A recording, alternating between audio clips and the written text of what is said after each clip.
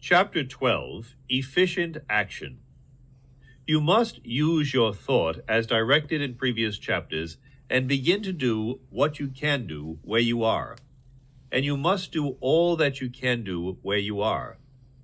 You can advance only by being larger than your present place. And no man is larger than his present place who leaves undone any of the work pertaining to that place. The world is advanced only by those who more than fill their present places.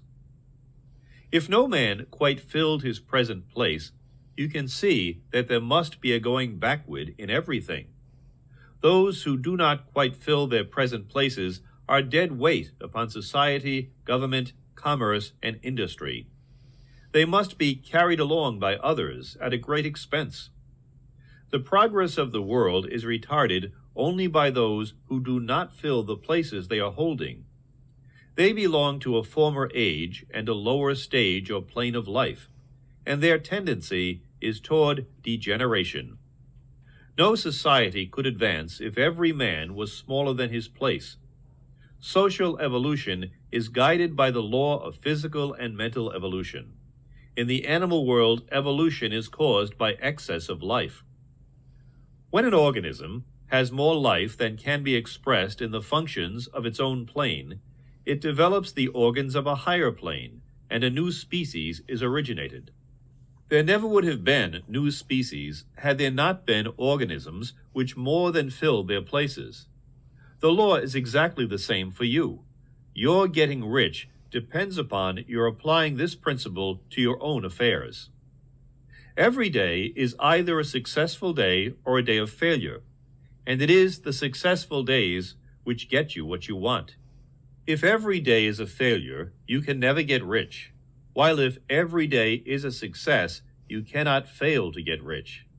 If there is something that may be done today, and you do not do it, you have failed insofar as that thing is concerned, and the consequences may be more disastrous than you imagine.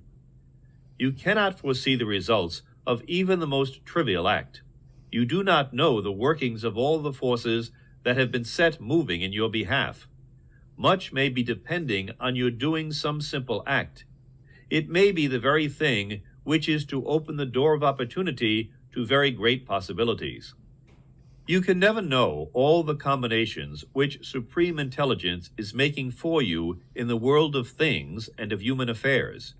Your neglect or failure to do some small thing may cause a long delay in getting what you want. Do every day all that can be done that day. There is, however, a limitation or qualification of the above that you must take into account. You are not to overwork, nor to rush blindly into your business in the effort to do the greatest possible number of things in the shortest possible time. You are not to try to do tomorrow's work today, nor to do a week's work in a day. It is really not the number of things you do, but the efficiency of each separate action that counts. Every act is, in itself, either a success or a failure. Every act is, in itself, either effective or inefficient. Every inefficient act is a failure, and if you spend your life in doing inefficient acts, your whole life will be a failure. The more things you do, the worse for you if all your acts are inefficient ones. On the other hand, every efficient act is a success in itself, and if every act of your life is an efficient one, your whole life must be a success. The cause of failure is doing too many things in an inefficient manner and not doing enough things in an efficient manner. You will see that it is a self-evident proposition that if you do not do any inefficient acts, and if you do a sufficient number of efficient acts, you will become rich. If now it is possible for you to make each act an efficient one, you see again that the getting of riches is reduced to an exact science like mathematics. The matter turns then on the questions whether you can make each separate act a success in itself, and this you can certainly do. You can make each act a success because all power is working with you, and all power cannot fail. Power is at your service, and to make each act efficient, you have only to put power into it. Every action is either strong or weak, and when everyone is strong, you are acting in the certain way which will make you rich. Every act can be made strong and efficient by holding your vision while you are doing it, and putting the whole power of your faith and purpose into it. It is at this point that the people fail who separate mental power from personal action. They use the power of mind in one place and at one time, and they act in another place and at another time. And so their acts are not successful in themselves. Too many of them are inefficient. But if all power goes into every act, no matter how commonplace, every act will be a success in itself. And as in the nature of things, every success opens the way to other successes, your progress toward what you want and the progress of what you want toward you will become increasingly rapid. Remember that successful action is cumulative in its results. Since the desire for more life is inherent in all things, when a man begins to move toward larger life, more things attach themselves to him, and the influence of his desire is multiplied. Do every day all that you can do that day, and do each act in an efficient manner.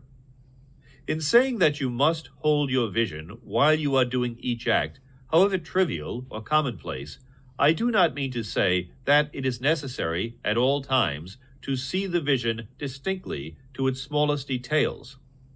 It should be the work of your leisure hours to use your imagination on the details of your vision, and to contemplate them until they are firmly fixed upon memory.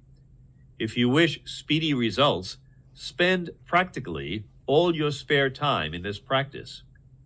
By continuous contemplation, you will get the picture of what you want, even to the smallest details, so firmly fixed upon your mind, and so completely transferred to the mind of formless substance, that in your working hours you need only to mentally refer to the picture to stimulate your faith and purpose, and cause your best effort to be put forth. Contemplate your picture in your leisure hours until your consciousness is so full of it that you can grasp it instantly. You will become so enthused with its bright promises that the mere thought of it will call forth the strongest energies of your whole being.